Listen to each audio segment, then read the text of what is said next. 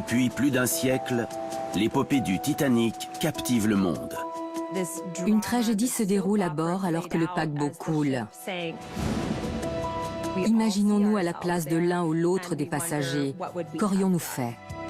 En avril 1912, le Titanic est le paquebot le plus spectaculaire des mers. Le navire devait être absolument éblouissant pour les passagers de 3e classe. Son épopée a souvent été racontée en noir et blanc. Aujourd'hui, le navire révèle ses véritables couleurs.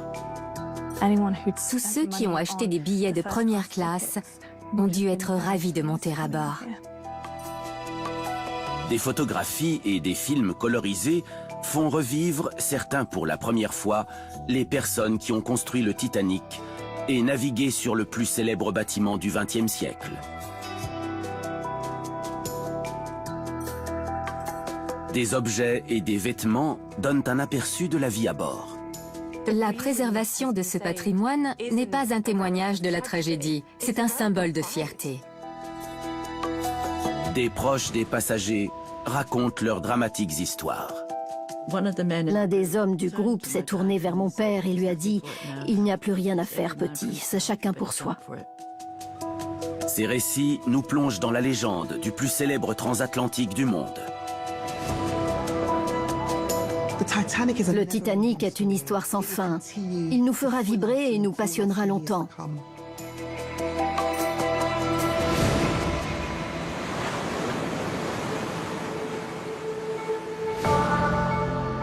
Été 1910, Belfast. 2 immenses navires dominent la ville. Commandés par la prestigieuse White Star Line, ils ont été conçus pour être les plus grands et les plus luxueux paquebots au monde. Ils ont dû construire des sites spécifiques car rien n'avait été créé à cette échelle auparavant. L'Olympique et son jumeau, le Titanic, sont construits dans les chantiers navals de Harland & Wolff. Ils sont quasi identiques, intérieurs et extérieurs. Ils sont grands. Ils mesurent 269 mètres de long sur 28 de large. Ce sont donc les plus grands objets mobiles de la planète. Ils peuvent chacun transporter dans les 2500 passagers. Et donc, le public et la presse ont suivi leur construction avec fascination et aussi pas mal de fierté. En ce nouveau siècle, les 2 navires sont des symboles de modernité et d'optimisme, de purs produits de l'ère édouardienne. La période édouardienne exprime vraiment un temps de calme entre 2 tempêtes. On a la mort de la reine Victoria, la fin de l'ère victorienne, et puis on a 1914, le début de la Première Guerre mondiale qui change le tissu de la Grande-Bretagne de manière irrévocable. Tout est plus grand et plus rapide. C'est ainsi qu'en 1909, Winston Churchill déclare, de manière tout à fait prophétique, « Nous sommes entrés dans une nouvelle ère. Un monde titanesque a surgi autour de nous. » Dans ce tout nouveau monde, les voyages internationaux deviennent accessibles au plus grand nombre. Les compagnies maritimes construisent les plus grands navires jamais vus. Et ces paquebots empruntent des itinéraires fixes ou lignes. Le paquebot transatlantique est devenu un symbole pour certaines des plus grandes nations. Symbole de fierté nationale, c'est un outil publicitaire pour la mère patrie. Oui, nous sommes les meilleurs, nous réalisons de grandes choses. Les bateaux à vapeur sont plus rapides. Ils accueillent davantage de personnes. Ce qui était autrefois un voyage long et complexe est désormais à la portée du commun des mortels. En 1907, la compagnie britannique Cunard ouvre la voie avec ses paquebots transatlantiques, le Lusitania et le Mauretania. Transportant chacun plus de 2000 passagers, ils vont de Southampton à New York en un peu moins de 5 jours. Il y a très peu de restrictions à l'immigration. Il n'y a pas de véritable système de passeport tel qu'on l'entend aujourd'hui et qui survient après la Première Guerre mondiale. Les gens sont libres de voyager. Certains sont attirés par l'Amérique après avoir entendu des histoires de fortune à gagner. Il y a l'or, la terre, l'amélioration des conditions de vie. Le concurrent direct de la Cunard est la White Star Line. Elle a décidé de riposter avec 3 navires moitié plus grands. Mais à cause de leur taille, ils seraient plus lents. La White Star Line adopte une stratégie ingénieuse en transformant cette faiblesse en argument de vente. Elle annonce des navires plus grands que le Mauritania et le Lusitania et plus lents d'1 jour. Et comment présente-t-elle ceci aux voyageurs? Vous passerez une nuit de plus à bord, mais sans être secoué tel un cocktail. Ce sera plus confortable que sur le Lusitania et le Mauritania. Le génie qui a conçu l'Olympique et le Titanic est un citoyen de Belfast, Thomas Andrews. Thomas est entré en apprentissage sur le chantier naval à l'âge de 16 ans et a travaillé avec les peintres et les ajusteurs. Son ascension est très rapide. Il est à la tête de la construction dès l'âge de 28 ans. Il est très aimé de tous ses ouvriers et très respecté. Pourquoi? Parce qu'il n'a pas peur de s'attaquer aux brutes et qu'il n'a pas peur de s'attaquer aux luttes sectaires intestines. Le Titanic est construit en Ulster, dans un contexte de troubles politiques. La majorité de la population protestante de Belfast s'opposant aux appels en faveur d'un statut d'indépendance pour l'Irlande, le Home Rule. Ce navire représentait l'Ulster à laquelle il croyait et se reconnaissait. Le Titanic avait donc une signification politique pour ces gens, mais il avait aussi une charge émotionnelle. En tant qu'ouvrier sur un chantier naval, vous êtes généralement affecté à un seul navire. Vous travaillez sur ce Léviathan durant 3 ans, jour après jour. C'est émotionnel. Et un grand sentiment de fierté s'y attache aussi. Et quand on crée quelque chose appelé l'une des merveilles du monde, cette fierté est particulièrement compréhensible. Pour la White Star Line, le marketing est essentiel. Avant même leur lancement, les bâtiments doivent être perçus comme exceptionnels. En octobre 1910, l'Olympique est donc peint en gris clair. C'est en fait une astuce des premiers photographes de l'époque. Il était très difficile de montrer ces navires de manière impressionnante, de les faire ressortir dans ces photographies en noir et blanc sur les décors industriels situés derrière eux. Peints en gris clair ou blanc, ils paraissaient grands et monumentaux par rapport à l'arrière-plan. Les photographies existantes de ces géants sont en noir et blanc, la pellicule couleur n'arrivant que dans les années 1930. Mais la technologie moderne sait transformer ces images.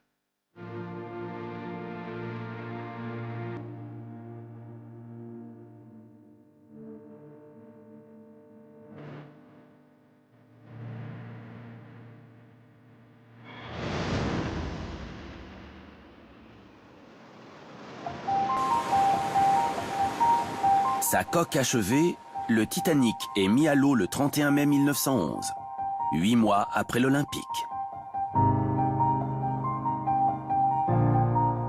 De nombreux employés de Harland & Wolff étaient présents. Un public nombreux, des plus jeunes aux plus âgés, qui n'auraient jamais imaginé voir un tel spectacle dans leur ville. Pas de bouteilles de champagne brisées sur la proue, mais dans l'après-midi, un unique feu d'artifice qui illumine un ciel d'un bleu turquoise parfait. Il y a ce moment où le mastodonte sur lequel ils ont travaillé pénètre dans la rivière Lagan, avec la graisse et le savon qui le font glisser facilement. Le Titanic a été surnommé l'Olympique amélioré. Même si diverses modifications l'alourdissent de 2%, cela lui confère le titre de plus grand navire dans le monde.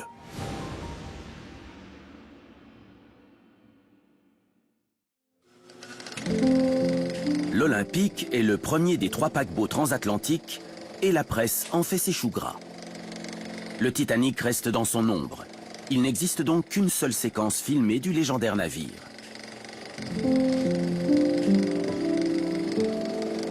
Elle a été prise au matin du samedi 3 février 1912, 9 mois après sa mise à l'eau. Les images révèlent un navire inachevé, maculé, encore imparfaitement peint. On a l'impression de quelque chose qui n'est pas officiel, très vu des coulisses, une sorte de bricolage, à défaut d'un meilleur terme. Pour la White Star Line, l'apparence comptait. C'est pourquoi le film donne la sensation glauque de quelque chose que l'on n'était peut-être pas censé voir. Archivé durant plus d'un siècle, le film de 60 secondes est endommagé et granuleux. Mais une restauration experte supprime les rayures, redonne des contrastes, répare les parties abîmées, ajoute la couleur. Et le Titanic réapparaît.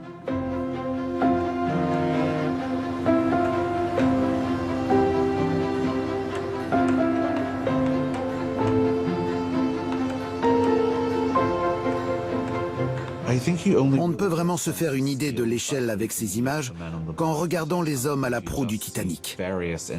Les taches noires indistinctes qui se déplacent, ce sont les hommes dans leur par-dessus.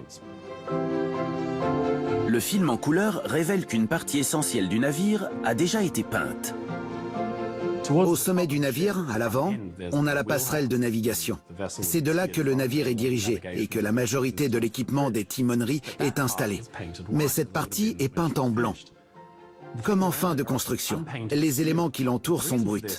Parce qu'elle diffère du reste du navire, elle est en bois pour ne pas interférer avec les compas magnétiques utilisés en navigation.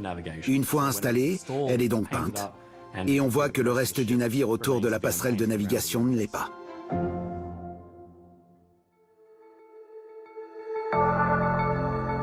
L'intérieur du Titanic se transforme. Le plus grand navire du monde devient un super paquebot coloré et high-tech. Le 2 avril 1912, le Titanic réussit ses essais en mer dans la Belfast Lough. Il est prêt à appareiller pour Southampton et à embarquer des passagers. Sidney Daniels, le père de Jean Legge, est alors steward. Mon père a eu une permission et s'attendait à être affecté sur l'Olympique pour son prochain voyage. Mais on lui a annoncé qu'il allait embarquer sur le Titanic. Il n'en revenait pas. Il pensait que c'était un honneur. Il avait été sur l'Olympique, le premier des 3 paquebots transatlantiques. Et à présent, il allait monter sur le Titanic. Il avait aussi une promotion. Il n'était plus laveur d'assiettes. Il avait ce qu'on appelait des gens à sa charge. Il a été affecté à des cabines de 3e classe. Avant la venue du navire à Southampton, il s'est rendu à Belfast avec d'autres membres d'équipage pour réceptionner le paquebot et le préparer pour le voyage inaugural. Il est monté à bord tout à fait ravi. Il avait été promu, était payé davantage et avait participé au voyage inaugural d'un autre paquebot. La White Star Line présente son nouveau navire dans un livret promotionnel. Mais rien n'est plus beau que la réalité. Le nouvel équipage a beaucoup à découvrir sur les 10 immenses ponts, incluant 4 grandes salles à manger et plus de 800 cabines. Le second officier du navire dit qu'il lui faut 2 semaines, à partir du moment où il rejoint le Titanic, pour retrouver son chemin à bord. Les somptueux aménagements intérieurs du Titanic se décomposent aujourd'hui dans les profondeurs de l'Atlantique Nord. Mais dans un hôtel de la petite ville d'Alnwick, dans le nord de l'Angleterre, il est possible de se croire à son bord.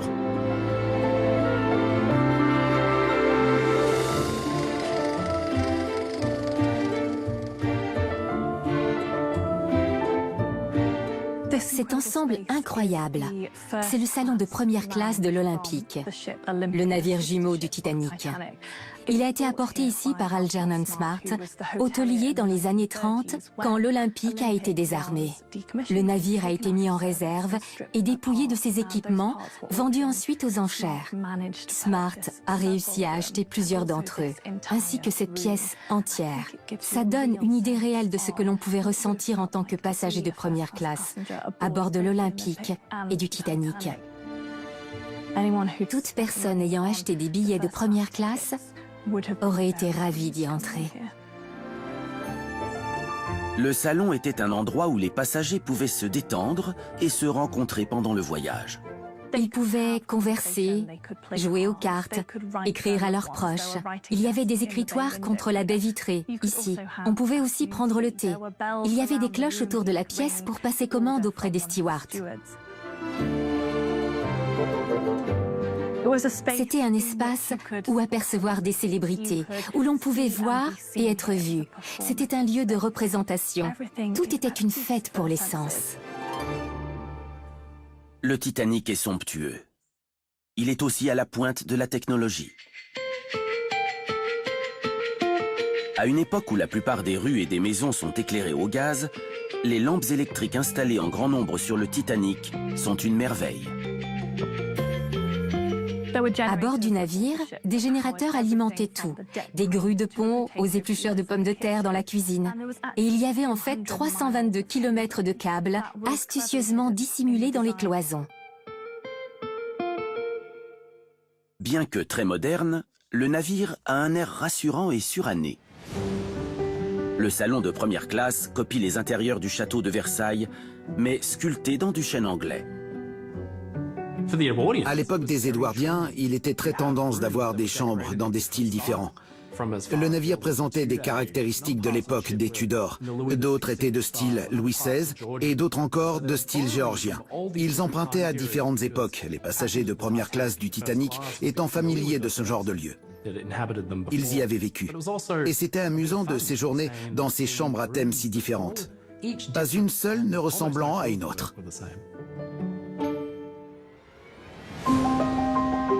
Harland & Wolff sont fiers de l'artisanat appliqué à leur navire, comme le montre cette photographie publicitaire. On y voit un sculpteur en train de terminer la sculpture en plâtre de la tête de Neptune, le dieu de la mer. Ces notes, ces chiffres, ces numéros de série ont pour but de donner un sens au puzzle que constitue ce navire complexe et gigantesque.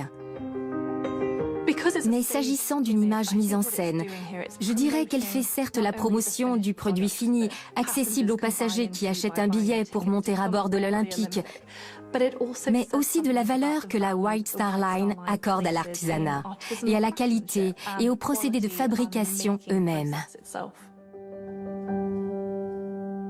À l'instar du salon de première classe, d'autres éléments des navires ont survécu. À Londres, au musée maritime de Greenwich, se trouve un bout de moquette intacte du Titanic, emporté par un employé de Harland & Wolff en guise de souvenir précieux avant le départ du navire. Il offre un aperçu de la vie haute en couleur à bord.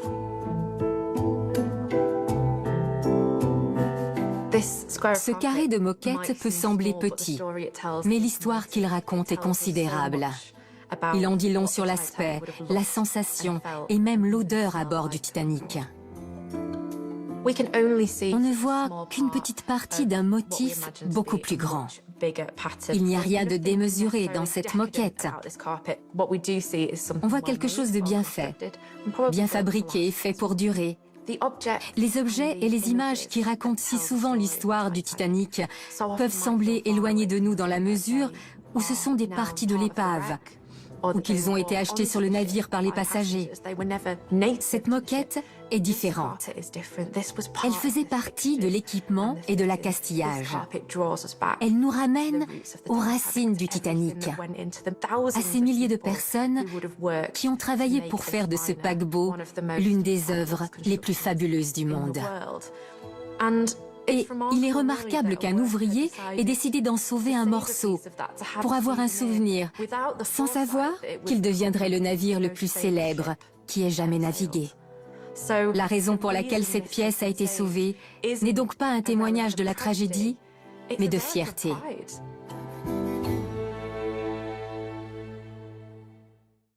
Le Titanic a coûté 1,5 million de livres sterling, 200 millions d'euros actuels.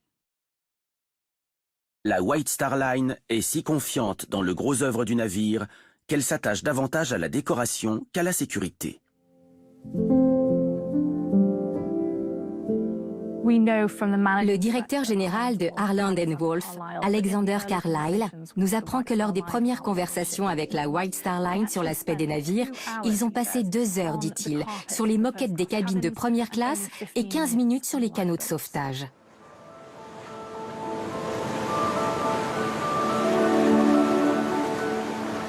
Mardi 2 avril 1912 au matin, le Titanic quitte Belfast pour Southampton. L'énorme paquebot éclipse ses remorqueurs. Il est fraîchement peint, prêt à impressionner ses premiers passagers. Il existe presque un modus operandi pour peindre les paquebots transatlantiques à l'époque. Tout fonctionnait au charbon. Des tonnes et des tonnes. Le problème, c'est que ce minerai était très sale. Les côtés de la coque étaient donc peints en noir. C'était la zone où le navire recevait le charbon par les goulottes de ravitaillement, et cela cachait la poussière. La couleur rouge vénitien du dessous de la coque provient d'un pigment utilisé dans la peinture anti-salissure. Ce revêtement, appliqué sur le dessus du navire, empêchait l'accumulation de mollusques et d'organismes marins qui auraient ralenti le navire. Elle contenait des substances telles que l'arsenic pour stopper ce type de croissance. La tradition voulait que la superstructure des paquebots soit peinte en blanc. Cela permettait aussi de réfléchir le soleil et de préserver certains des espaces supérieurs réservés aux passagers. 2 avril 1912 au soir, le Titanic entame son voyage de 920 km vers Southampton. Là, il récupérera ses précieux passagers et commencera son voyage inaugural officiel. Le 4 avril, le Titanic se dirige vers les quais de Southampton. Ce port va être le point de départ de ses voyages transatlantiques pendant de nombreuses années. Dans 6 jours, le Titanic accueillera des passagers. Mais il faut d'abord charger les approvisionnements et le charbon, et engager le reste de l'équipage. Le Titanic, comme tous les navires de la White Star, n'a pas d'équipage attitré. Les hommes étaient recrutés voyage par voyage. Pour le voyage inaugural, plus des 3/4 de l'équipage vient de Southampton. Samuel Pugh, le grand-père d'Henry Pugh, est l'un des 700 marins recrutés localement. Il est monté à bord et a vu le plus jeune de ses frères, Alfred, sur le pont. Ça l'a un peu déconcerté parce que 2 frères sur un navire, ça porte malheur. Et Alfred lui a dit que le 3e frère, Percy, était en bas, en tant que pompier principal. Mon grand-père n'a pas réfléchi longtemps. 2 frères sur un bateau, ça porte malheur. 3, c'est vraiment tenter le destin. Je pense qu'il avait raison. Il a remis son sac à l'épaule et s'en est allé. Samuel reste à quai. Ses frères sont à bord. Il faudra près de 2 semaines avant qu'il sache ce qui leur est arrivé. Le concepteur du Titanic, Thomas Andrews, quitte Belfast avec le navire. Il supervise tous les préparatifs de dernière minute, y compris les fleurs. Des fleurs vraiment fraîches pour masquer l'odeur de la peinture neuve, et organise même le mobilier du café parisien. Et Andrews est plutôt confiant, car il écrit à sa femme « Le Titanic est terminé et fera honneur à Harland & Wolff demain, quand nous appareillerons. » Mercredi 10 avril 1912. Dans la matinée, les premiers des 2240 passagers du Titanic commencent à arriver. Plus de 900 d'entre eux embarquent à Southampton, d'autres à Cherbourg en France, et les derniers à Queenstown en Irlande. Souvent, le côté glamour et tape à l'œil du Titanic a pris le dessus. Et on a oublié qu'il y avait cet autre objectif, faire traverser l'Atlantique à des gens qui n'avaient pas l'intention de revenir, qui considéraient ce voyage comme un aller simple. À bord du navire, ils étaient si nombreux. Il y avait des Scandinaves, des Irlandais, des Italiens, des Européens de l'Est, des Libanais, des Chinois, des gens du monde entier appelés à ne jamais se rencontrer autrement. Edith, mère de Dorothy Kendall, âgée de 15 ans, et ses parents, Thomas et Elizabeth Brown, venus d'Afrique du Sud, sont parmi les premiers à arriver sur l'un des ponts réservés aux deuxième classes. Ils allaient immigrer en Amérique, à Seattle. Mon grand-père allait y ouvrir un hôtel. Ma grand-mère y avait une sœur. Et elle leur a écrit pour leur dire « Pourquoi ne venez-vous pas en Amérique? C'est en plein essor ici. » C'est ce qu'il a fait. Il a tout vendu et a emporté tout son argent. Quand ils ont vu la taille du Titanic, il était si long que ma mère a dit qu'on n'en voyait pas le bout. Et elle a dit que tous les lettrages étaient en or. Alors qu'il montait vers la passerelle, le visage de mon père est devenu blanc. Ma grand-mère s'est retournée et lui a dit « Es-tu malade ?» Il a répondu « Non, mais quelque chose va arriver. »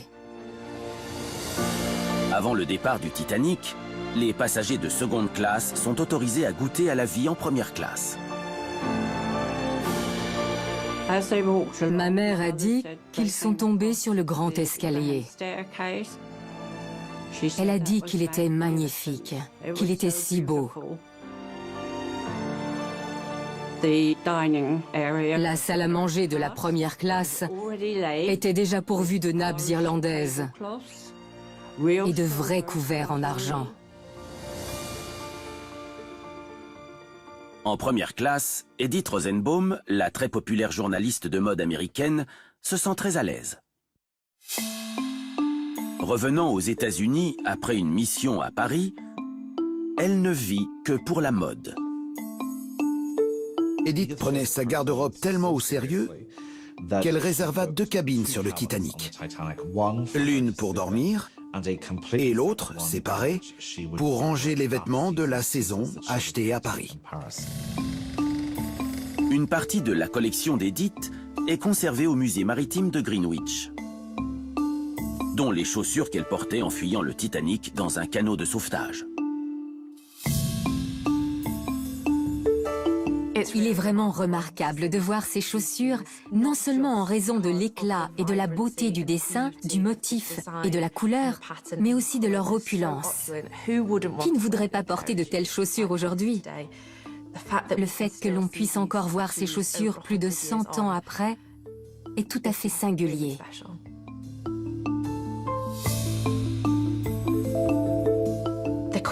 Les couleurs sont magnifiquement préservées et donnent une idée de la richesse des couleurs du monde édouardien. Souvent, on voit l'histoire en noir et blanc, mais ces souliers montrent que c'est loin d'être le cas. Ils représentent vraiment tout ce qui concerne la classe supérieure et la vie aristocratique de l'époque, en particulier la vie à bord du Titanic. Ils auraient été portés par Edith pour le repas du soir, le dîner, le dernier dîner à bord du Titanic. D'après l'étiquette, très décolorée, visible à l'intérieur, on sait qu'ils ont été fabriqués à Paris, dans les quartiers les plus à la mode de Paris, probablement conçus et réalisés pour Edith elle-même. Ils devaient être uniques en leur genre. Je ne vois pas Edith partager ses créations avec quelqu'un d'autre. Ils sont en soie et on voit le léger volant qui les borde ici. Il y a ces belles rosettes. Ce ne sont pas des chaussures de travailleurs. Edith n'a pas que des vêtements pour le voyage. Le musée possède un autre objet qu'elle a pu sauver. En 1911, un an avant son voyage sur le Titanic, Edith avait eu un tragique accident de voiture.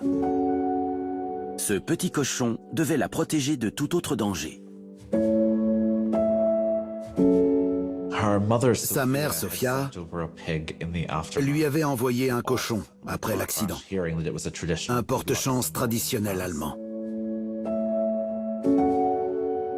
Edith avait promis à sa mère, Sophia, de le conserver quoi qu'il arrive. Peu de passagers du Titanic sauvent autant de biens qu'Edith. Elizabeth Mellinger, photographiée ici dans les années 1930, n'a emporté que l'essentiel pour une nouvelle vie en Amérique, fuyant un mariage malheureux. Elle porte cette cape dans le canot de sauvetage pour se protéger du froid de l'Atlantique Nord. Elle menait une vie assez aisée, assez confortable. Tout a changé lorsqu'elle a dû quitter son mari. Désormais célibataire et mère de famille, elle se rendait dans le Vermont pour y occuper un poste de gouvernante. Elle devait être très pragmatique quant à ce qu'elle achetait, car elle entrait dans le monde du travail domestique et il y avait un certain niveau de moralité, d'uniformité et de standards à respecter. Et ce vêtement, à mon avis, évoque vraiment le type de rôle qu'elle allait jouer en Amérique. Elle l'a beaucoup porté. Cela se voit au bouton remplacé et à celui manquant ici. De ces petites caractéristiques qu'on a sur ces vêtements quand ils sont usés, mais encore appréciés. Au premier coup d'œil, on se dit que c'est ce qu'on voudrait porter par cette nuit si froide.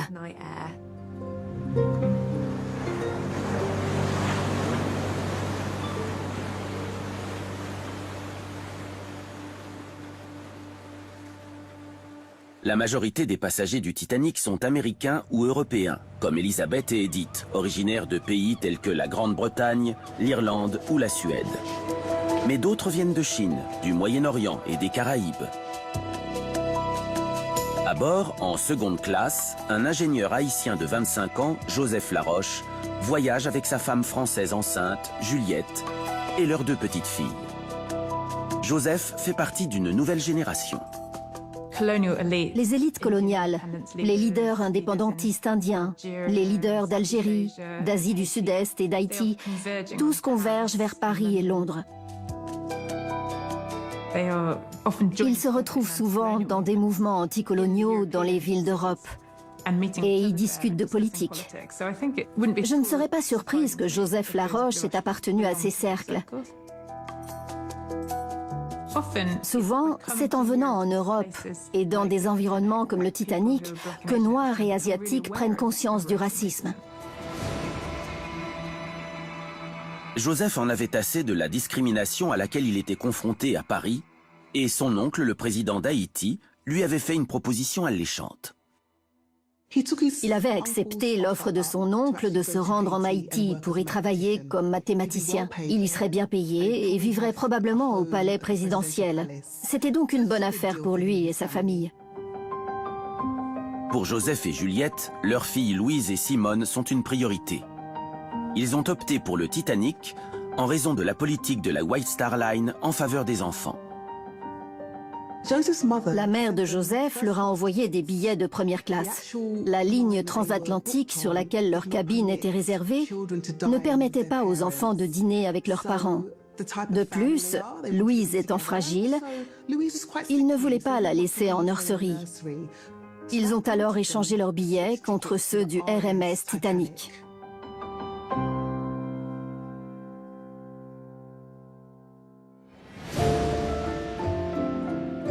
Le 10 avril, peu après-midi, le Titanic quitte son mouillage à Southampton. Papa a dit qu'il y avait du monde sur le quai, des photographes, des journalistes, plein de gens.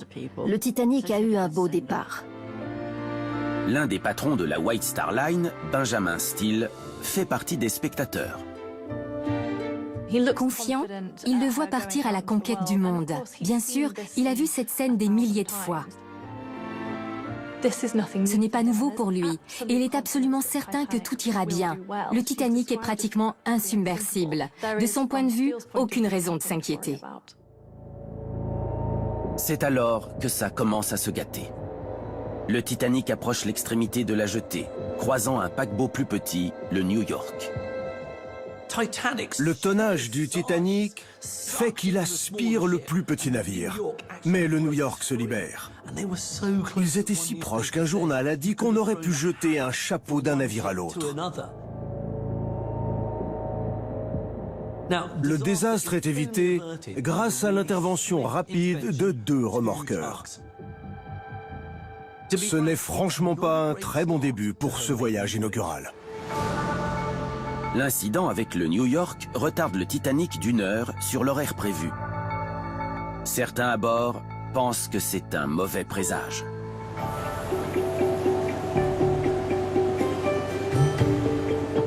Après avoir fait escale à Cherbourg le 11 avril en milieu de matinée, le Titanic fait route vers Queenstown pour récupérer les derniers passagers. Il n'y a pas de film du Titanic en mer. Mais en 1921, la White Star Line réalise un film promotionnel pour encourager les passagers de première classe à naviguer sur l'Olympique.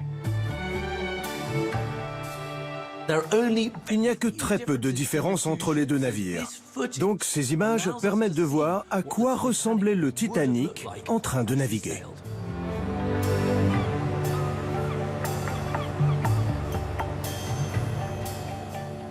Le Titanic navigue grâce aux 280 hommes de la salle des machines située dans l'entrepont. Les hommes les plus coriaces sont les soutiers, responsables de charger 850 tonnes de charbon par jour dans 29 chaudières. L'arrière-grand-père de Julie Cook, William Besant, en fait partie. Il vivait dans une maison avec sa femme, Emily, et ses 5 enfants. Il n'était pas très riche. Elle ne travaillait pas en 1912 comme beaucoup de femmes. Elle élevait donc les enfants. Il devait survivre avec les seuls revenus de William. Et bien sûr, si les bateaux ne naviguaient pas, il n'en avait pas. Aussi, lorsqu'une occasion comme celle du Titanic s'est présentée, il l'a saisie aussitôt. Les 160 soutiers travaillent dans des conditions éprouvantes. On repérait les soutiers à 1 kilomètre. C'était souvent des squelettes ambulants quand ils quittaient un navire. Ils avaient perdu du poids. Ils titubaient littéralement dans la rue.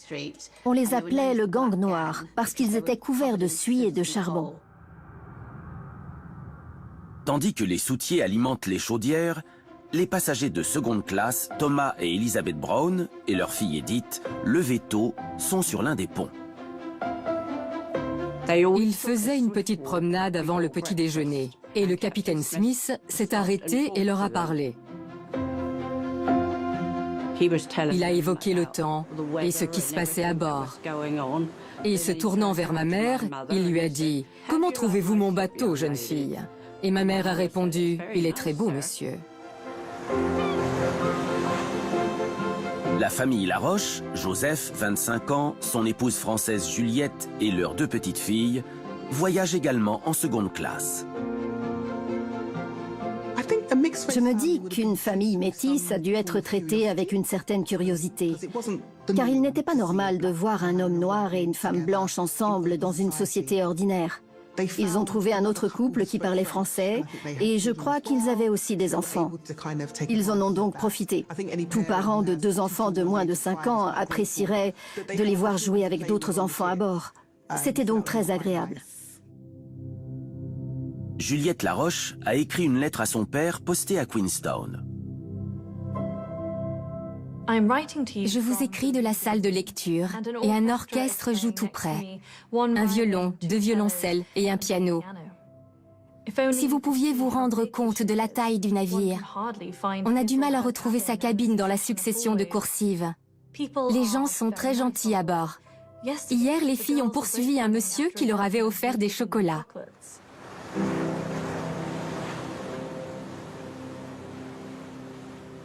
Pour leur premier jour plein en mer, certains passagers explorent l'immense navire. Un voyageur a un appareil photo. Frank Brown, photographié ici dans les années 40, est étudiant en théologie chez les Jésuites. En 1897, son oncle Robert a offert à Frank un appareil photo que ce dernier emporte partout avec lui. En 1912, il reçoit un autre cadeau de son oncle, un billet en première classe pour un voyage de 2 jours entre Southampton et Queenstown à bord du tout nouveau Titanic. Les photographies de Frank vont devenir le plus beau témoignage de la vie à bord du Titanic. Il a visité le gymnase et pris des photos de l'équipement de pointe et du fameux éducateur physique, Thomas Macaulay. Les Édouardiens présents sur le Titanic sont d'une génération différente des Victoriens qu'on croisait à peine 2 décennies plus tôt. Ils sont modernes, un peu plus tournés vers l'avenir. Ils considèrent davantage la vie comme un loisir. Et il s'agit de passer d'un style légèrement austère à quelque chose de moderne. Et je ne dirais pas frivole, mais avec l'envie de profiter de la vie. Entre 13h et 15h, les enfants avaient accès à l'équipement. Le film de 1921 illustre la politique de la White Star en faveur des enfants, qui a séduit Joseph et Juliette Laroche. Le reste du temps, les enfants s'amusaient là où ils le pouvaient. Frank Brown a capturé l'un de ces moments. Celui d'un jeune New-Yorkais de 6 ans, Douglas Spaden, jouant en première classe.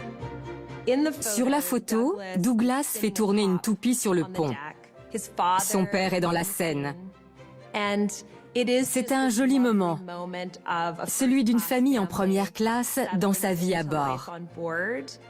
Juste une tranche de vie. À l'arrière-plan se trouve une chaise longue. Contrairement à ce qui se dit, le Titanic n'avait pas de transat, mais des chaises longues en bois allouées pour la durée du voyage pour 4 shillings, 35 € actuels. Le bref séjour de Frank Brown sur le Titanic offre un aperçu précieux de la vie à bord. Il a même pris des photos de sa cabine en première classe. Il l'a trouvée grande et joliment meublée. Ce film de 1921 montre une cabine de première classe typique sur l'Olympique, semblable à celle du Titanic. Chacune a été conçue pour devenir un véritable chez-soi. Elles sont très grandes. On peut y recevoir ses amis. Et elles sont même équipées de téléphones utiles pour réserver un rasage ou un bain turc, par exemple. Sur le Titanic, les cabines de première classe étaient magnifiques. Et celles des secondes et troisième classes étaient bien meilleures que sur les autres lignes transatlantiques. Pendant des décennies, les immigrants de troisième classe ont dû s'entasser là où ils le pouvaient, dans des conditions épouvantables. Généralement vers l'endroit d'où l'on manœuvrait le navire, tout à l'arrière, d'où le nom d'entrepont. À l'époque du Titanic, les conditions de vie s'étaient améliorées. Et les compagnies s'étaient rendues compte que ces gens méritaient de bénéficier de standards de qualité et de confort plus élevés. Le navire a dû être éblouissant pour certains des passagers de troisième classe. Les toilettes à chasse d'eau, la nourriture. L'environnement a dû être absolument bouleversant pour les personnes qui venaient de milieux ruraux ou défavorisés. À 11h30 du matin, le Titanic jette l'ancre devant Queenstown. Depuis la passerelle, le capitaine Smith regarde l'accostage de la navette transportant les passagers. 7 passagers débarquent, dont le photographe Frank Brown, bien à contre-cœur. Frank s'était lié d'amitié avec un couple d'Américains qui ont proposé de payer son billet pour New York. Très tenté, il a envoyé un message radio à son patron pour lui demander son accord. Heureusement pour Frank, il reçoit l'ordre de quitter le navire. À quai, un médecin examine les passagers de troisième classe à la recherche de maladies ou d'invalidité. Le navire doit être là dans la baie. Ils ont économisé ou emprunté de l'argent à taux élevé. Finalement, ils ont leur billet. Mais il y a toujours un risque très réel d'être refoulé.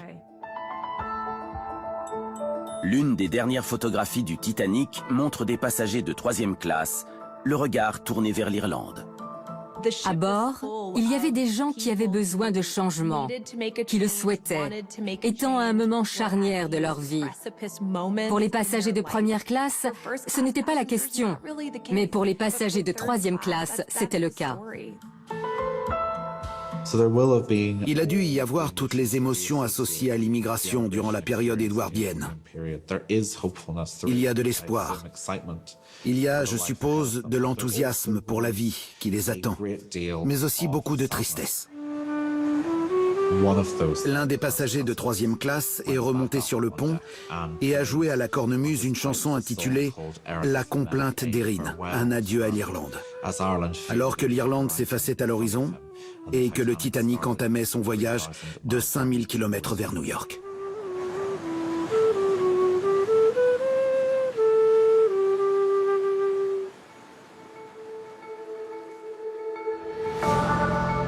Sur le pont D, les chefs préparent un repas à base d'huîtres, de canards et de glace pour les premières classes.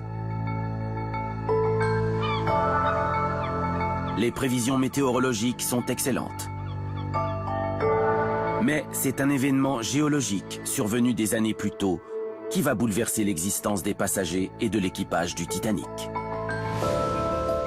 En 1909, un énorme iceberg d'une largeur probable de 3 km s'était détaché d'un glacier au Groenland pour dériver ensuite lentement vers le sud.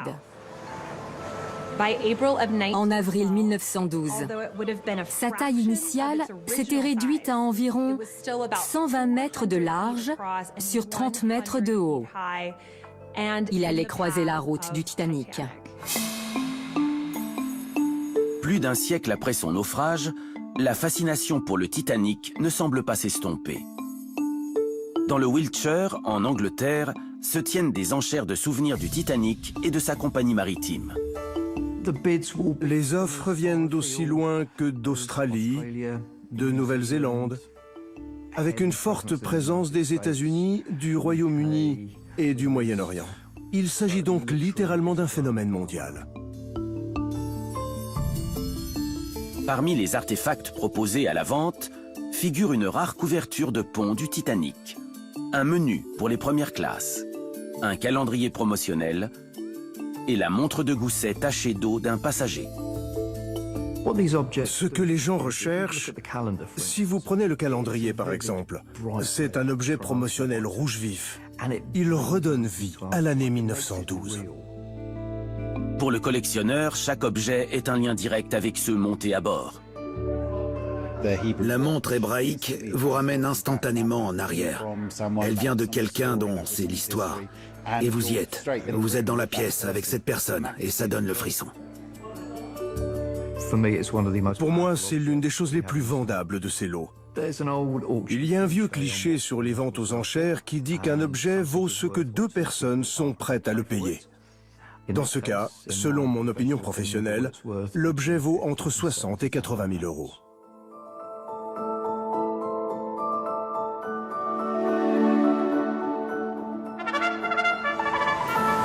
Dimanche 14 avril 1912, 8 heures du matin, dernier jour du Titanic. Les premières classes sont réveillées en fanfare. Un film, tourné 9 ans plus tard par la White Star Line sur l'Olympique, navire jumeau du Titanic, montre une même routine. Il n'y a que très peu de différence entre les 2 navires.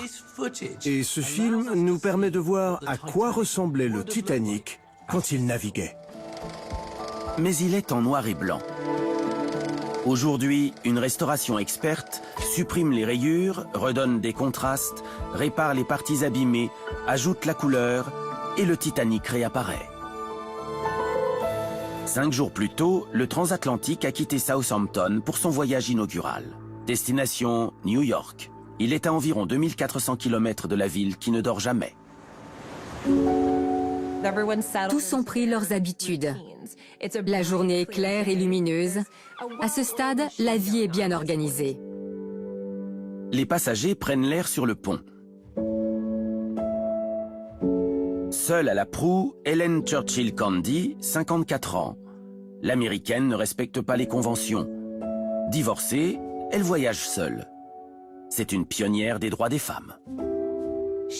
Elle a littéralement écrit le guide pour les jeunes femmes du début du XXe siècle sur comment y arriver seule. Rosemary Gillam est l'arrière-petite-fille d'Hélène. Elle raconte qu'elle se tenait à la proue du navire et qu'elle regardait dans ce ciel bleu clair et cristallin, avec les eaux s'écartant sur l'étrave du navire, La majesté et la gloire de ce paquebot qui fendait les vagues. Le monarque des mers, le décrivait-elle. Sur le pont A, la cabine de première classe A36 est remplie de plans et de schémas du navire. Ici loge le concepteur du Titanic, Thomas Andrews. Son steward lui apporte le petit déjeuner. C'est un certain Henry Hedges. Il fait parfois des suggestions à son patron sur le Titanic et l'Olympique pour les améliorer. Certains patrons diraient à leur steward « Va-t'en !» Mais Andrews, et c'est à son crédit, les note toujours. Ailleurs sur le Titanic, les passagers profitent du luxueux navire. Les gymnases sont à la mode et celui du Titanic est à la pointe de la technologie. Ouvert aux passagers de première classe, les hommes et les femmes sont tous strictement séparés. De nombreuses personnes voyageant à bord du Titanic sont parfaitement conscientes que des milliers de calories leur sont servies chaque jour, en particulier au dîner. Dans le salon des premières classes, de nombreux passagers plaisantent sur le fait qu'ils ont besoin d'un gymnase après une semaine en mer. Au cœur du navire, le court de squash est déjà utilisé. Ceci est le cours de l'Olympique filmé en 1921. Le squash est un jeu très populaire chez les Édouardiens de la classe supérieure à l'époque. Ce qui montre que la White Star sait très bien à qui elle s'adresse. Mais de nombreux passagers de première classe préfèrent se détendre dans le confort de leur salon sur le pont Promenade. Un hôtel d'Alnwick, dans le nord de l'Angleterre, possède l'intérieur du salon de première classe de l'Olympique, navire jumeau du Titanic. Il est facile d'imaginer ici la dernière journée à bord du Titanic. Les gens faisaient connaissance, discutaient, buvaient du thé, des boissons alcoolisées, jouaient aux cartes. Plus bas, c'est l'effervescence. Les 430 employés du service de l'avitaillement, qui s'occupent de la nourriture et des boissons à bord, régalent plus de 1300 passagers. On a les boulangers qui produisent suffisamment de pain pour les 3 classes et l'équipage. Les chambres doivent être nettoyées. Il y a une salle pour trier le courrier, la salle de radiotélégraphie qui envoie constamment des télégrammes vers l'Amérique. Sur le Titanic, rien ne s'arrête jamais. Le père de Jean Legge, Sidney Daniels, 18 ans, est steward. Le dimanche, il raconte que l'atmosphère à bord était très agréable. Il faisait un froid glacial et les gens avaient tendance à rester à l'intérieur pour se réchauffer. Ça a donc été une grosse journée. Il a ajouté que c'était très bien assis. Tout le monde était heureux, ravi d'être là.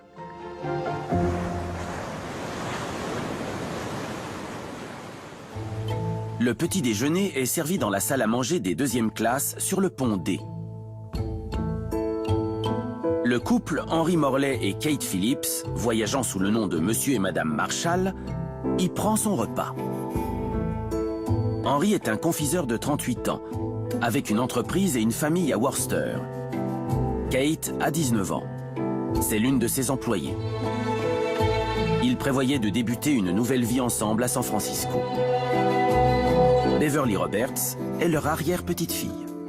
Ils se sont enfuis ensemble parce qu'ils sont tombés amoureux. Un homme ne quitte pas femme et enfants sans raison. Kate était enceinte. Qu'elle l'ait été juste avant et qu'ils aient su et voulu échapper au scandale ou que ce soit arrivé sur le Titanic. S'enfuir ensemble, ok. C'était un scandale, mais ils s'aimaient. Et ils se seraient consacrés l'un à l'autre et auraient été heureux. Pour de nombreux passagers comme Kate et Henry, le voyage est le début d'une nouvelle vie dans un nouveau pays. Dès qu'ils débarquent, ils ne parlent plus de leur passé à quiconque. C'est l'occasion de se réinventer et d'oublier les choses dont ils ne veulent plus se souvenir au sujet de leur vie passée. Beaucoup de ceux assis en troisième classe pour prendre un petit déjeuner, porridge et ragoût de légumes, fuit les persécutions ou la pauvreté en Italie et au Moyen-Orient, espérant faire fortune en Amérique. Si la plupart voyagent en famille, une vingtaine de personnes vient du village libanais de Kfar Mishki, portant les espoirs de toute leur communauté.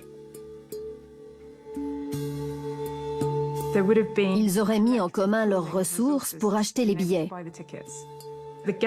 C'est un pari collectif pris par tout le village, étant entendu que des fonds seraient renvoyés par les gens gagnant des salaires plus élevés ailleurs. Il fallait aider toutes les personnes qui étaient restées au Liban. À 9h12, la salle de radiotéléphonie du Titanic reçoit un message du Caronia. Le paquebot signale la présence d'icebergs droit devant. Le capitaine du Titanic, Edward John Smith, le remercie. Il connaît les périls de l'Atlantique Nord. Smith a été capitaine de 17 navires de la White Star Line durant ses 30 ans de carrière. À un journal qui lui demande de décrire son temps en mer, il les décrit simplement comme sans incident. Le capitaine Smith n'a pas l'intention de ralentir son navire pour autant. Il pense à la réputation de la ligne transatlantique de la White Star Line. Procurer un service régulier et fiable est capital.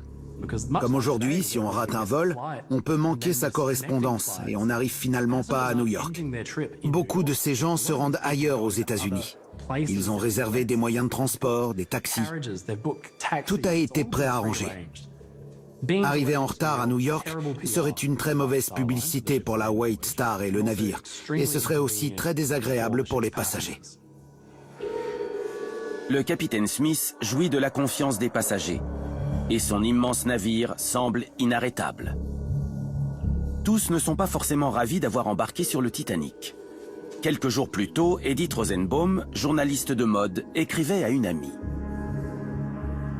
C'est un monstre et je n'aime pas ça. Je me crois dans un grand hôtel et pas sur un confortable navire.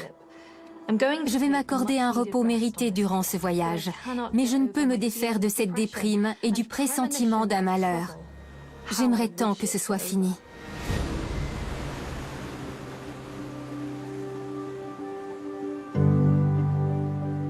Le dimanche touche à sa fin. Le Titanic fend les eaux glacées plus rapidement que jamais. C'est une soirée parfaite dans l'Atlantique Nord. Beaucoup de passagers se sont couchés tôt. Une impression de calme règne à bord du Titanic. Mais un danger guette. 6 autres navires ont envoyé au Titanic des avertissements concernant les icebergs. Le capitaine Smith n'en a cure. Le temps étant très calme, il estime que tout pourra être repéré à temps. Il ordonne à la passerelle de maintenir la vitesse et le cap du Titanic, droit vers le champ de glace. Le Titanic file à 22 nœuds à l'approche du champ de glace. C'est rapide. Cela signifie qu'il se déplace à une vitesse d'environ 12 mètres secondes. À 23h40, l'une des 2 vigies, Frederick Fleet, aperçoit un objet loin au-dessus de l'eau. Dorothy Kendall l'a rencontré dans les années 1950. Ce qu'il a vu, m'a-t-il dit, c'est quelque chose de noir devant lui. Réalisant que c'était un iceberg, il a prévenu l'officier Murdoch en annonçant « Iceberg droit devant, iceberg droit devant ». 46 000 tonnes d'acier et de bois percutent un demi-million de tonnes de glace.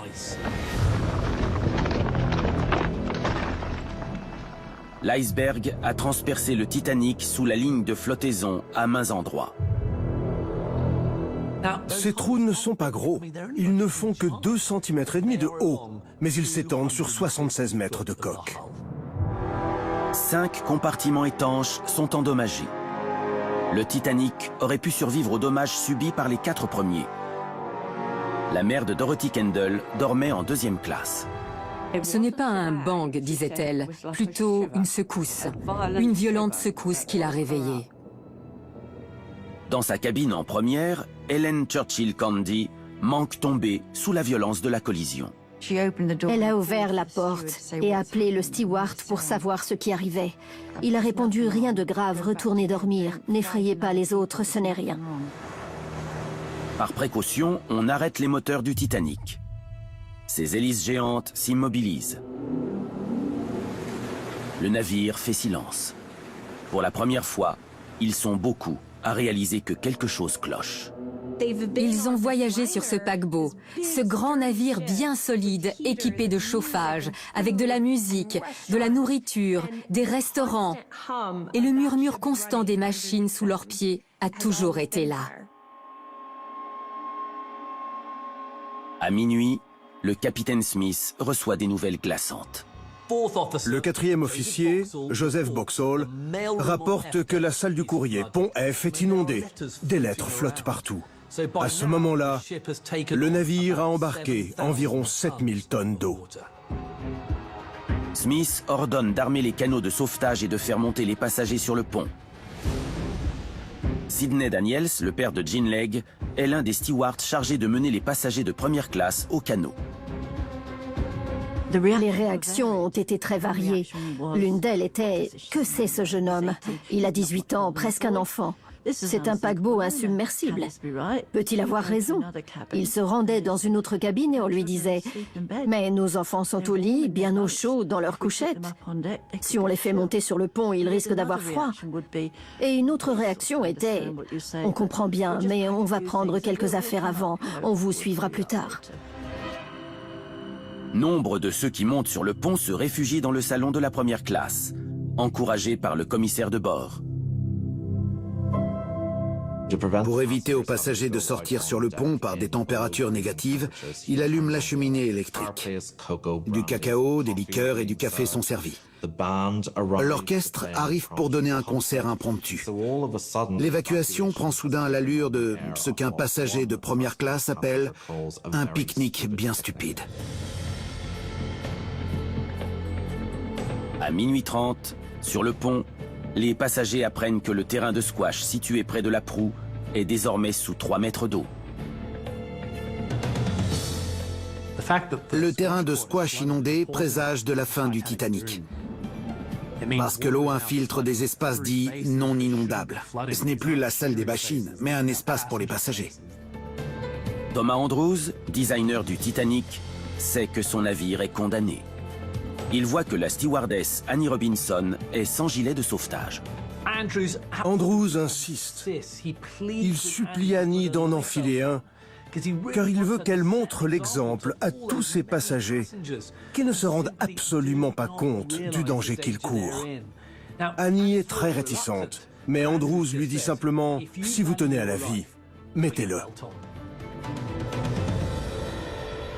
Helen Churchill Candy et une amie se rendent sur le pont des canaux de sauvetage. Elles allaient s'engager sur une échelle, faisant office d'escalier, mais elles ont dû reculer. Les soutiers remontaient de la salle des machines, visage noirci par la suie, la face grimaçante, chargée d'angoisse.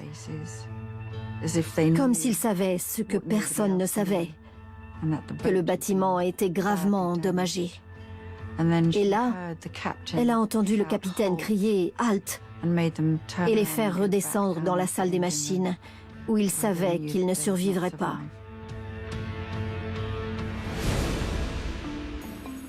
Aux enchères des artefacts du Titanic, dans le Wiltshire, le lot 275 va être adjugé. C'est une couverture de pont très rare du Titanic. Un passager fuyant le navire en perdition l'a emporté avec lui. Bon, alors, c'est parti. Nous débutons à 70 000 €. C'est un moment emblématique du Titanic que d'imaginer les passagers de première classe sur une chaise longue installés sur le pont. Ils ont leur tasse de thé chaud et leur couverture. Bien sûr, la nuit du naufrage, les couvertures ont pris une toute autre signification. De nombreux passagers ont quitté leur chambre, pris leur ceinture de sauvetage sans s'habiller de manière appropriée. Ils sont en pyjama, en robe de nuit, et les couvertures deviennent alors ce symbole étrange. Elles représentent la survie, elles représentent la chaleur. 86, 87, 88, quelqu'un pour 90, À 88 600 €. Dernière enchère.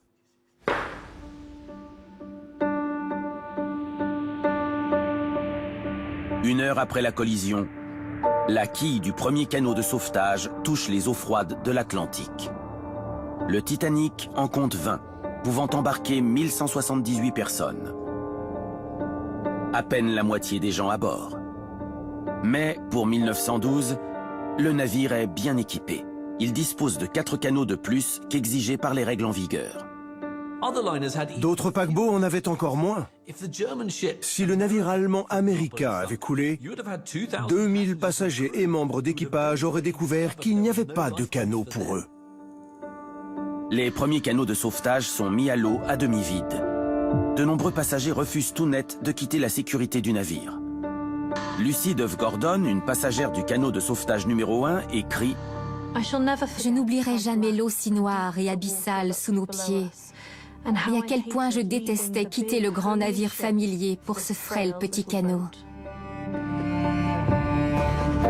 Beverly Roberts sait peu de choses sur ce qui arrive cette nuit-là à ses arrière-grands-parents Henry et Kate.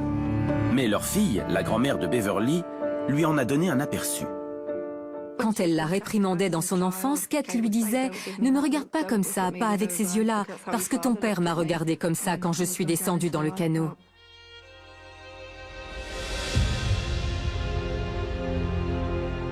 Près de 2 heures après que le Titanic a heurté l'iceberg, le canot numéro 14 descend le long du navire. Ses passagers sont enveloppés dans des manteaux et des couvertures pour se protéger du froid. Parmi eux, la mère et la grand-mère de Dorothy Kendall. Alors qu'ils descendent dans l'embarcation de sauvetage, ils voient par les hublots des passagers prendre ce qu'ils peuvent et se diriger vers le pont supérieur. Et puis le canot suivant à descendre a fait de même. Mais le temps d'arriver en bas, il y avait déjà de l'eau dans les cabines. Pendant ce temps, dans la salle de radiotéléphonie, les 2 opérateurs lancent des appels à l'aide désespérés. Un paquebot, le Carpathia, répond et se dirige vers eux. Mais ils croisaient à une centaine de kilomètres. Sur le Titanic, la panique gagne. On parle de coups de feu, on rapporte des combats, c'est le chaos total. Cette illustration, réalisée par le journal The Sphere, quelques semaines après la tragédie, est l'une des plus réalistes du drame vécu sur le pont du Titanic. Pour la rendre aussi précise que possible, l'artiste, un Italien, Fortunino Matania, s'est longuement entretenu avec un steward du Titanic afin d'obtenir les détails les plus exacts. Il se rappelait de la chaussure solitaire sur le pont et de l'homme en smoking ne portant pas sa ceinture de sauvetage. Les passagers de seconde classe, Joseph et Juliette Laroche et leurs 2 fillettes, sont pris dans la tourmente. Juliette a été séparée et s'est retrouvée sur ce canot de sauvetage avec l'une de ses enfants. Mais on voit Joseph tenir son autre fille au-dessus de ce chaos. Tout le monde panique, mais il veut la sauver. Il retrouve sa femme et leur autre enfant, la fait monter à bord et assure à sa femme qu'il y aura d'autres canots. Savait-il à ce moment-là qu'il y en aurait un autre? Il a surtout voulu mettre sa femme et ses enfants à l'abri. Passagers de seconde classe, les Laroche peuvent rejoindre la première classe sur le pont des canots de sauvetage. Mais ceux de 3e classe subissent la réglementation américaine sur la propagation des maladies sur les paquebots. On a un équipage qui doit garder séparée la 3e classe des 1re et 2e classes, sauf en cas d'urgence. Et même quand ils réalisent, ils peinent à communiquer avec eux. Et nombre de passagers, de 3e classe ou autres, sur le Titanic, sont d'une génération très conservatrice et respectueuse. Dans ces circonstances particulières, cela joue en leur défaveur. Ils attendent qu'on leur dise quoi faire. Et comme aucune consigne ferme n'est donnée, beaucoup restent assis et attendent jusqu'à ce qu'il soit trop tard.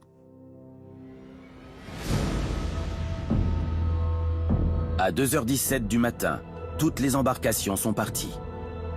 Des centaines de personnes escaladent le pont incliné jusqu'à la poupe. Les énormes cheminées commencent à tomber dans l'eau où des gens se sont jetés.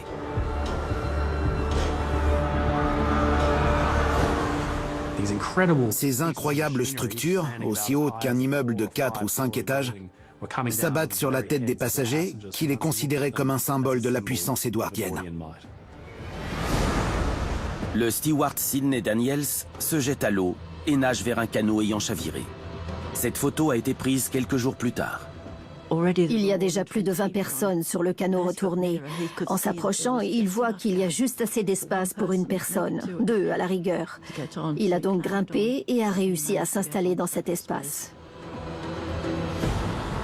Le Titanic pointe vers le ciel, comme un doigt sinistre, au dire d'un passager. Le Titanic n'a jamais été conçu pour avoir un tiers entier de sa longueur hors de l'eau. Et bien sûr, c'en était trop. À la toute fin, les lumières s'éteignent et à peu près au même moment, la coque du Titanic se brise dramatiquement. La partie avant immergée entraîne lentement le reste du Titanic vers les profondeurs. Papa a dit qu'il y a eu une explosion, un grand bruit. Puis, la poupe s'est dressée presque à la verticale. Il a dit que c'était une sacrée scène à voir. Et il a disparu.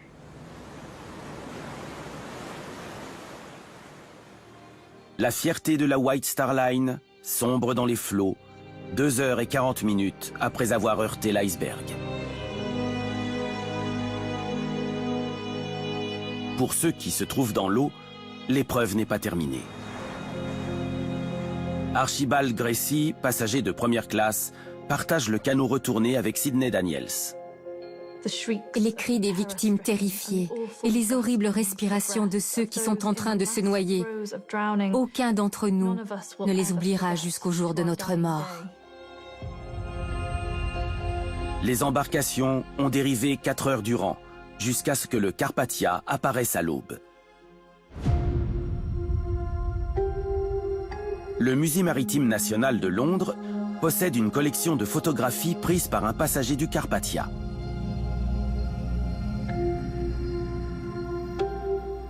Elle montre essentiellement la taille minuscule de ces embarcations face à l'immensité de l'océan. Elle met en lumière la chance qu'ont ces personnes d'avoir survécu à la catastrophe. L'une des photos montre le canot numéro 14, dirigé par le 5e officier Harold Lowe. Malgré l'absence quasi totale de vent, il est le seul à avoir déployé la voile du canot. Il est ici, capturant juste un petit souffle de vent alors qu'il se profile à l'horizon. La grand-mère et la mère de Dorothy Kendall sont à bord. Ma mère disait que le froid extrême semblait les pénétrer jusqu'aux os. Le canot est cerné de cadavres flottants sur l'eau. L'officier Lowe en a retourné certains pour voir s'ils étaient encore en vie. Mais ma mère disait qu'ils étaient morts de froid. Pas noyés, disait-elle, ils avaient gelé. Sur le Titanic, les différentes classes sociales étaient volontairement séparées. Dans les canots, ce monde ségrégué n'existe plus. Pour la première fois, tous sont ensemble. Il y a interaction entre des personnes qui n'auraient pas interagi à bord du Titanic. Tout le monde a froid, tout le monde a peur. Mais à bord, on assiste à des petits drames du quotidien. Certaines femmes se plaignent que les hommes boivent, d'autres que certains fument. De petits incidents amplifiés par le contexte extraordinaire du canot de sauvetage. Helen Churchill Candy, l'arrière-grand-mère de Rosemary Gillam, est dans le canot numéro 6. Robert Hitchens, l'homme de barre du Titanic au moment de la collision, se tient à l'arrière de celui-ci. Helen a décrit Hitchens comme une brute qui ne pensait qu'à sa petite personne. Il avait un tapis du paquebot dans lequel il s'était enroulé. Il a refusé de faire demi-tour pour récupérer d'autres personnes. Ils étaient déjà dans l'eau. Il a dit que la terre la plus proche était à 2000 km, qu'il n'avait aucune chance, donc il n'a pas voulu faire demi-tour. Simone Laroche n'a que 3 ans quand elle est sauvée, mais elle s'en souviendra toute sa vie. Simone parle de son ascension à bord du Carpathia et de son halage dans des sacs. Elle s'en souvient, mais peut-être pas du Titanic lui-même. C'est ce qui a été le plus dur pour elle. Et aussi le fait d'être hissée loin de sa mère et le traumatisme que cela implique. Dans les heures qui suivent, on apprend la tragédie en Grande-Bretagne et aux États-Unis. À Southampton, d'où viennent les 3/4 de l'équipage du Titanic, la nouvelle a un effet foudroyant. Dans les archives de la ville, un livre remarquable décrit l'impact du naufrage sur les enfants de la région. L'arrière-grand-père de l'historienne Julie Cook est un des soutiers qui sombre avec le navire. C'est le journal de bord de l'école de filles de Northam, au nord du quartier de Southampton, où vivaient de nombreux membres d'équipage. Annie Hopkins, la directrice de l'école, a écrit plusieurs notes tout au long de l'année. Et dans cette section particulière du 15 avril 1912, elle a écrit « Un grand nombre de filles sont absentes cet après-midi, en raison des tristes nouvelles concernant le Titanic. Des pères et des frères sont à bord, et certaines des petites filles ont pleuré tout l'après-midi. » Il y avait une grande confusion quant à savoir si le Titanic avait coulé, si tout le monde était sauf. Il y avait des tas d'informations différentes dans les éditions du journal local, mais quelque part, cette directrice savait ce qui s'était passé, ou ses enfants savaient quelque chose. Le bouche à oreille fonctionnait à plein régime dans les communautés de Southampton. 2 jours plus tard, Annie Hopkins écrit une nouvelle fois dans le journal de bord. Je dois rapporter la tristesse régnant à l'école aujourd'hui après le naufrage du Titanic. De nombreux membres de l'équipage sont natifs de Northam et le chagrin des enfants est pathétique. Certains gardent la foi et continuent d'espérer. L'assiduité en pâtit.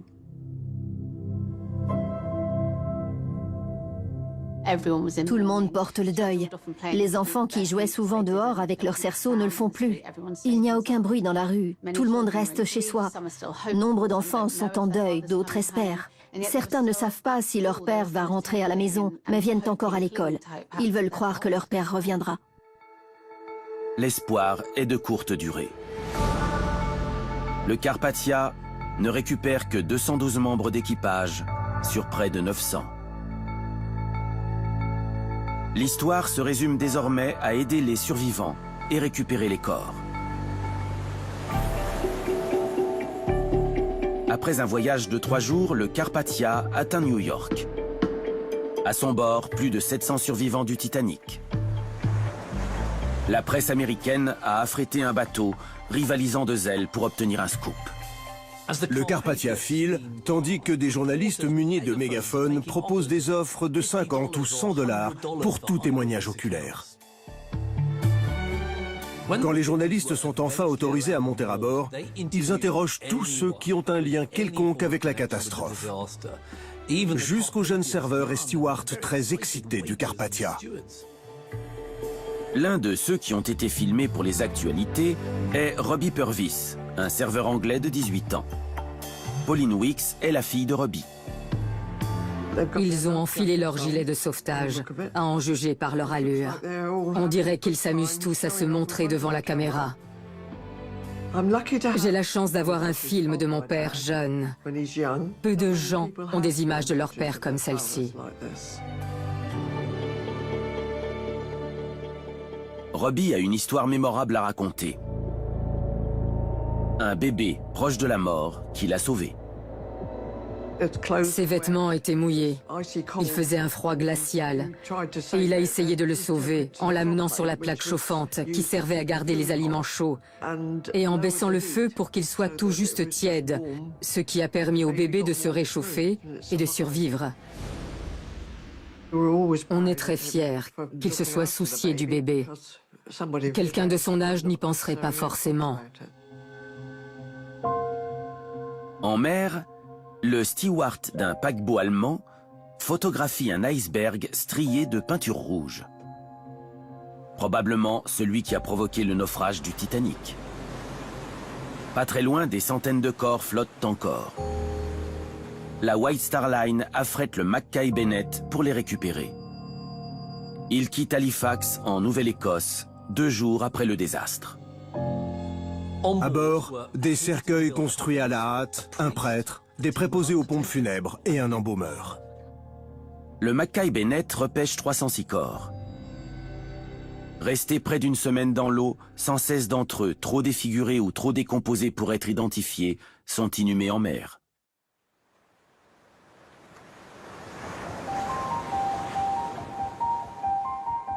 Aujourd'hui, les possessions des passagers du Titanic sont très recherchées. 88 600. Aux enchères dans le Wiltshire, une montre de poche tachée d'eau est mise en vente. Qui dit mieux? 88 000 dans la salle. Personne? Vendu. Trouvée par l'équipage du Mackay Bennett sur le corps de Sinai Cantor, elle est revenue à sa famille en deuil. Il venait de l'Empire russe, de Biélorussie aujourd'hui. Avec sa femme Myriam, ils étaient en 2e classe. Ils se rendaient aux États-Unis pour étudier la médecine et commencer une nouvelle vie. Malheureusement, il n'a pas survécu. Elle, oui. Mais la vie de son mari s'est achevée au moment où la montre de Gousset s'est arrêtée. Et c'est une image très forte. C'est vraiment poignant de penser aux espoirs et aux rêves de ces gens, au fait qu'on ne peut pas emporter grand-chose lors d'un tel voyage. Tout ce qu'ils transportaient devait donc avoir une valeur, une signification ou une raison. Cela les rend plus émouvants que les passagers de première classe, dans le sens où ils comptaient tellement sur ce voyage. Ils investissaient tant d'espoir dans leur entreprise.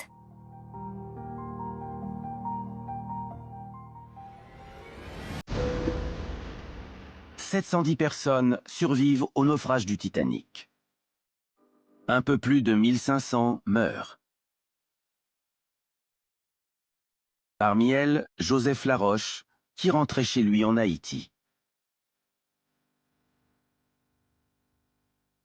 Percy, soutier à bord et grand-oncle d'Henry Pugh. Thomas, le grand-père de Dorothy Kendall, qui espérait commencer une nouvelle vie en Amérique. Et Henry, l'arrière-grand-père de Beverly Farmer. 9 mois après le naufrage du Titanic, sa compagne, Kate, donne naissance à Hélène. Sidney, le père de Jean Legge, est l'un des plus chanceux. Il poursuit une longue carrière de steward pour la White Star Line. Qu'il ait signé le livre témoigne de l'estime de la compagnie à son égard. Il a repris la mer et a emprunté la même route de Southampton à New York que celle qu'aurait empruntée le Titanic. Il l'a fait sur son paquebot préféré, l'Olympique.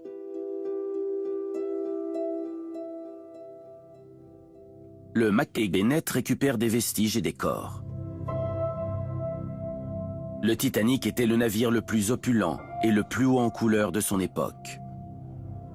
Pourtant, durant son effroyable voyage, le Mackay Bennett ne remonte que des chaises et des bouts de bois. La perte du Titanic suscite un élan de sympathie du public. Des concerts sont organisés au profit des familles endeuillées. Il y a même un disque de charité intitulé « Be British ». Be British was the cry as the ship went down. Every man was steady at his post. En mai 1912, dans l'école Northam de Southampton, plus de 100 élèves sont photographiés par un journal local afin de sensibiliser le public à l'appel. On a ici 2 photographies des filles et des garçons les plus âgés qui ont perdu un père ou un être cher sur le Titanic. Cette photo est prise ici, contre le mur de ce bâtiment. On a l'habitude de se faire photographier quand on est écolier et de se mettre en rang avec ses camarades de classe. Mais là, c'est autre chose, c'est complètement différent. Ces enfants sont unis par le chagrin. Ils ont perdu un père et ils sont tous, un mois plus tard, quand ces photos sont prises, encore sous le choc. Leur père ne rentrera pas à la maison. Un fonds officiel de secours pour le Titanic collecte et répartit l'argent. Rapidement, environ 35 millions d'euros d'aujourd'hui sont réunis. Le grand-père de Julie Cook est un soutier mort sur le Titanic. Dans les archives de Southampton, elle découvre les livres de comptes du fond. Visiblement, le clivage entre les classes sociales n'a pas cessé avec le naufrage. Et les fonds paraissent inéquitablement répartis. Le classement allait de la classe A à la classe G. En classe A, vous étiez l'épouse ou à la charge d'un officier. En classe G, vous étiez l'épouse ou à la charge d'un soutier ou d'un homme de la salle des chaudières, comme mon arrière-grand-mère. Par semaine, Emily, en classe G, perçoit 12 shillings et 6 pence, soit 99 €, quand la veuve d'un officier peut recevoir 2 livres, soit 314 €. L'argent est soumis à condition. Ethel Ward Newman, fonctionnaire, parcourt Southampton à vélo pour contrôler les bénéficiaires. Elle est connue sous le nom de Lady Visitor. Elle faisait le tour des maisons de ceux qui étaient à la charge du fonds pour vérifier comment ils vivaient et dépensaient l'argent et s'assurer qu'ils en avaient toujours besoin. Ces femmes ne se remariaient pas pour garder leur droit à l'allocation pour le décès de leur mari. J'imagine ces femmes nettoyant leur maison à la hâte, débarbouillant les visages de leurs enfants, cachant peut-être une bouteille d'alcool et s'assurant que tout était conforme aux règles d'Ethel Newman.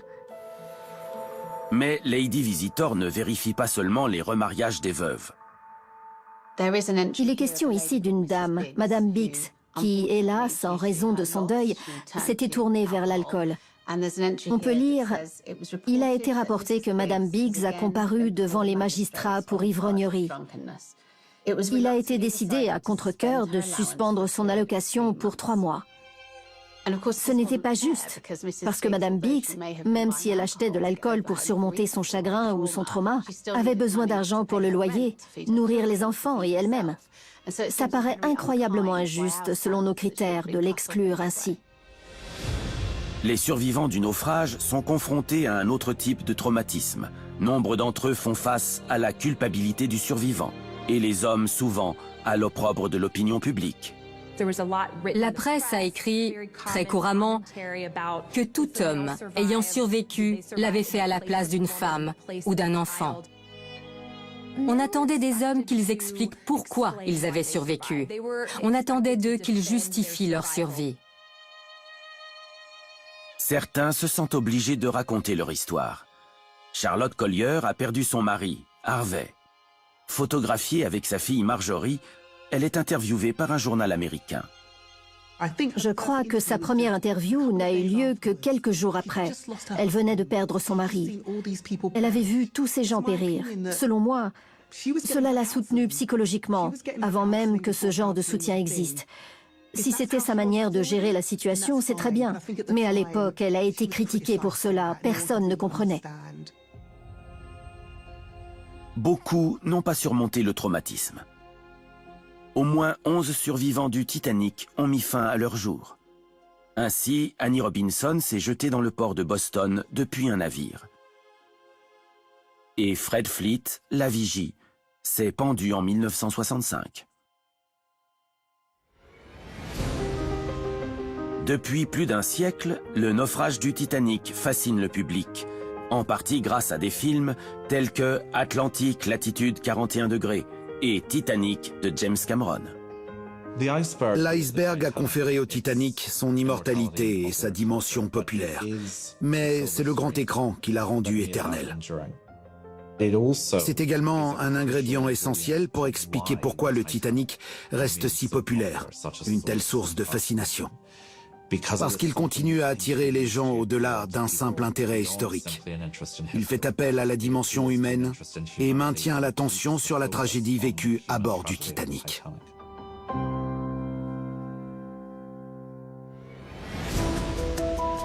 La fascination persistante pour le Titanic a encouragé les recherches pour localiser l'épave.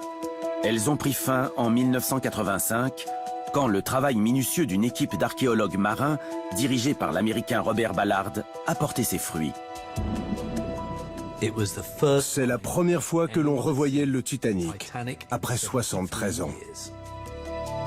Rouillé et se délitant lentement dans les fonds marins, le Titanic est réapparu en couleur. Mais cette couleur s'estompe. En avril 1912, quand le Titanic prend la mer, c'est un navire rutilant et coloré qui attire tous les regards. Aujourd'hui, au fond de l'eau, toutes ces couleurs sont en train de disparaître. Bientôt, il n'y aura même plus d'épave, car il n'y aura plus de Titanic. Son histoire est telle que sa légende perdurera, même quand l'épave du Titanic ne sera plus. Le Titanic continue d'être une source de fascination, et ce, pour de nombreuses raisons. Avouons-le, il y a eu d'autres naufrages, mais le Titanic a mis plus de 2h30 à sombrer.